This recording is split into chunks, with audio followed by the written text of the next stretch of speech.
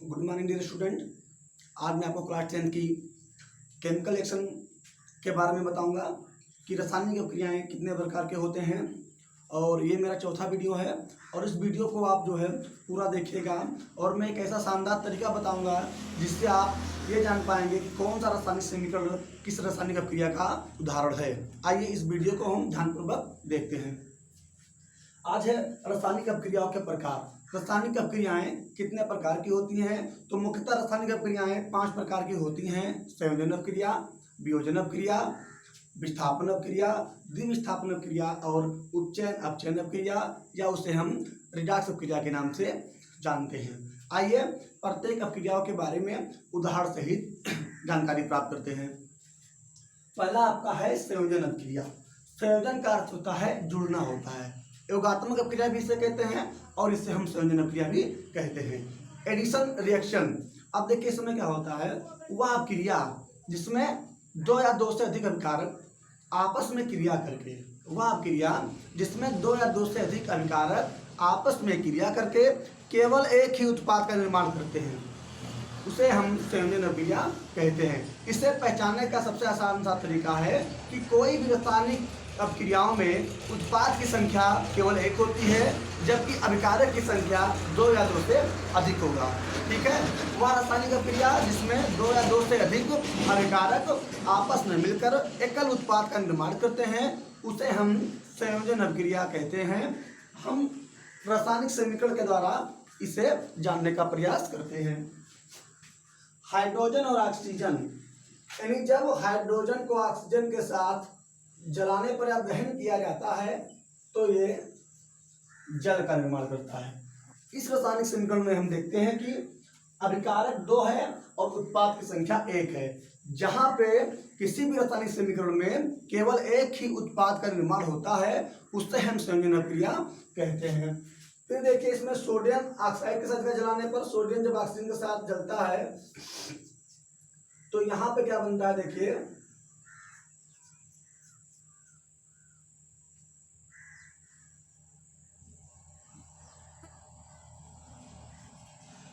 Sodium oxide का निर्माण होता है। किसका निर्माण होता है?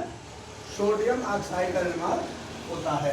इसी प्रकार जब हाइड्रोजन क्लोरीन के साथ अभिक्रिया करता है तो हाइड्रोक्लोरिक अम्ल बनता है। उपरोक्त तीनों रासायनिक समीकरण में हम देख रहे हैं कि उत्पाद की संख्या एक ही है। अतः हम जिस भी रासायनिक समीकरण में उत्पाद की संख्या केवल 1 ही देखेंगे उसको हम जो है संयोजन अभिक्रिया के नाम से जानेंगे। ये पहचानने का आसान तरीका है। आप देखिए क्या है वियोजन अभिक्रिया। अगर आपको संयोजन अभिक्रिया का परिभाषा याद है तो वियोजन अभिक्रिया का परिभाषा खुद ही याद हो जाएगा, क्योंकि जो वियोजन अभिक्रिया होता है वो संयोजन अभिक्रिया के विपरीत होता है। अब देखिए वियोजन अभिक्रिया में क्या होता है, जब एकल अभिकारक या एकल पदार्थ आपस में वियोजित होकर छोटे छोटे उत्पादों में बट जाता है उसे हम वियोजन अभिक्रिया कहते हैं। वह क्रिया जिसमें एकल अभिकारक आपस में छोटे छोटे उत्पादों में वियोजित हो जाता है उसे हम वियोजन अभिक्रिया कहते हैं। आइए रासायनिक समीकरण के द्वारा इसे हम जानने का प्रयास करते हैं। देखिए कैल्शियम कार्बोनेट। समझने वाली बात यह है कि जो वियोजन अभिक्रियाएं होती हैं इनमें 2 रीजन होता है। एक होता है ऊष्मा और एक होता है विद्युत। ऊष्मा या किसी वस्तु में जब किसी पदार्थ में जब उसका तापमान बढ़ाते हैं तो ऊष्मा के कारण टूट जाता है, या हम क्या करते हैं किसी भी पदार्थ को हम क्या करते हैं अम्ल क्षार या लवण के विलयन में से विद्युत धारा का प्रभाव करते हैं तो पदार्थ क्या हो जाता है, छोटे छोटे अणुओं में अपघटित हो जाता है। तो ये जो है वियोजन अभिक्रियाएं ऊष्मीय अपघटन और विद्युत अपघटन के द्वारा संपन्न होती है। फिलहाल आइए हम वियोजन अभिक्रियाओं के कुछ रासायनिक समीकरणों के बारे में जानते हैं। Calcium carbonate. जब कैल्शियम कार्बोनेट को हम उच्च तापमान पर गर्म करते हैं तो calcium oxide plus calcium oxide को बिना बुझा हुआ चूना कहते हैं प्लस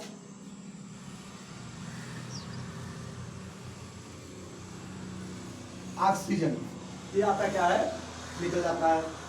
अब देखिए फेरस सल्फेट। फेरस सल्फेट को क्या करते हैं, जब ऊष्मा देते हैं तो ये फेरिक ऑक्साइड या आयरन कह सकते हैं, सल्फर डाइऑक्साइड और सल्फर ट्राइऑक्साइड के रूप में क्या होता है, बढ़ जाता है। अब इसमें देखिए एक ही उत्पाद, सॉरी एक ही अभिकारक है, और एक ही अभिकारक में जब इसका तापमान में वृद्धि होता है तो छोटे छोटे कई उत्पादों में बढ़ जाता है। यानी जहाँ पे केवल एक ही अभिकारक रहेगा और उत्पादों की संख्या अधिक रहेगी उसे हम वियोजन कहेंगे, और जहाँ पे केवल एक ही उत्पाद रहेगा और अभिकारकों की संख्या अधिक रहेगी उसे हम संयोजन अपक्रिया कहते हैं। एग्जाम में पूछा जाता है कि संयोजन अपक्रिया वियोजन अपक्रिया के विपरीत क्यों है। ठीक है, तो आप दोनों परिभाषाओं को लिखकर और एग्जाम्पल को लिखकर जो है आप इसे बता सकते हैं। अब देखिए इसमें जो वियोजन अपक्रिया होता है वो दो रीजन से होता है, एक होता है ऊष्मीय अपघटन होता है और एक क्या होता है, विद्युत अपघटन होता है। इसे हम जल्दी में जान लेते हैं। ऊष्मीय अपघटन क्या होता है, वह रासायनिक अपक्रियाएं जिसमें किसी यौगिक के ताप बढ़ाने से उसका जो यौगिक होता है वो छोटे छोटे सरल अणुओं में टूट जाता है, उसे हम ऊष्मीय अपघटन अपक्रिया कहते हैं। आप जो है से इसका स्क्रीनशॉट ले सकते हैं।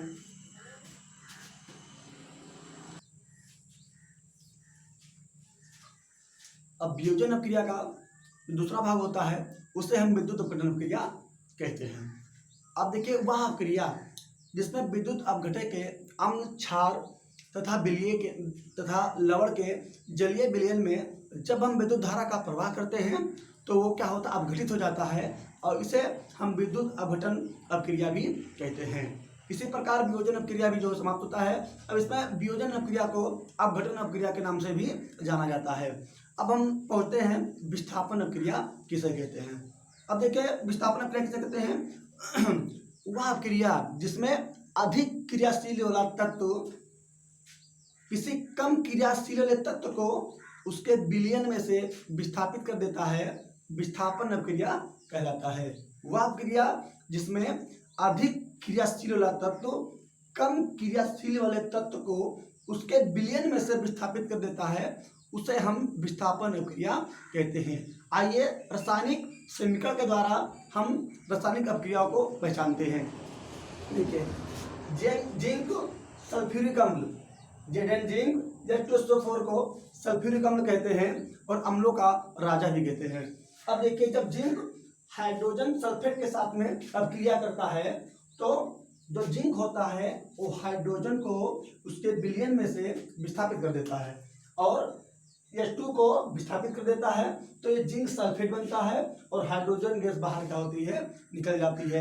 दूसरा एग्जांपल देखिए, आयरन कापर सल्फेट के विलयन में से कापर को विस्थापित कर देता है और फेरस सल्फेट या आयरन सल्फेट का निर्माण करता है और कापर क्या होता है, बाहर निकल जाता है। अब इसमें हमको कैसे पहचानेंगे कि कोई अपक्रिया या कोई समीकरण जो है विस्थापन अपक्रिया है, आइए देखते हैं। इसमें सबसे ध्यान देने वाला बात यह है कि विस्थापन अपक्रियाओं में एक आपका तत्व रहेगा, एक आपका क्या रहेगा, यहाँ पे तत्व रहेगा और दूसरा आपका यहाँ पे विलयन रहेगा। ये पहचानने का जो है सबसे आसान तरीका है। एक तत्व रहेगा, यौगिक कह सकते हैं, एक तत्व और एक यौगिक रहेगा यहाँ पे, और जो यौगिक है विलयन के रूप में रहता है। तो जो क्वेश्चन पूछाता है कक्षा 10 में पूछा गया है कि क्या कारण है कि जब लोहे की कील को कॉपर सल्फेट के विलयन में डुबोते हैं तो कॉपर सल्फेट का रंग जो नीला होता है वो हल्का मलिन पड़ जाता है या भूरे रंग का हो जाता है। क्या कारण है कि जब लोहे की छड़ को कॉपर सल्फेट के विलयन में डुबोते हैं तो कॉपर सल्फेट का रंग मलिन पड़ जाता है, क्योंकि जो आयरन होता है या जो लोहे का कील होता है वो कॉपर सल्फेट के विलयन में से कॉपर को विस्थापित कर देता है और अपना रंग उसमें क्या करता है, मिला देता है। ठीक है, अब इसमें जो आयरन है, लोहा है, वो कॉपर से जो है अधिक क्रियाशील है। क्यों क्रियाशील है? क्योंकि विद्युत रासायनिक श्रेणी में जिंक का स्थान हाइड्रोजन से ऊपर है, इसलिए जिंक का हाइड्रोजन से अधिक क्रियाशील है। और इसी प्रकार जो लोहा है एक कॉपर सल्फेट के विलयन में से कॉपर को विस्थापित कर देता है, क्योंकि लोहे का स्थान विद्युत रासायनिक श्रेणी में कॉपर से ऊपर है, इसलिए लोहा कॉपर सल्फेट के विलयन में से कॉपर को विस्थापित कर देता है। आइए अब हम समझते हैं द्विविस्थापन अपक्रिया किसे कहते हैं। द्विविस्थापन क्रिया, यानी वह क्रिया जिसमें दोनों तरफ आयनों के आदान प्रदान होता है उसे हम द्विविस्थापन क्रिया कहते हैं। वह क्रिया जिसमें दोनों तरफ आयनों का आदान प्रदान होता है उसे हम द्विविस्थापन क्रिया कहते हैं। इसमें देखिए सिल्वर नाइट्रेट और sodium chloride Ag plus NO3 minus Na plus Cl minus, ये आपस में जब अभिक्रिया करता है तो इसमें जो सिल्वर है ये क्लोरीन से जुड़ जाता है, क्योंकि सिल्वर प्लस है क्लोरीन का है माइनस है। तो कोई भी रासायनिक अभिक्रिया होता है तो निगेटिव चार्ज होते हैं, तब उसमें क्या होता है आपस में सहयोग करते हैं।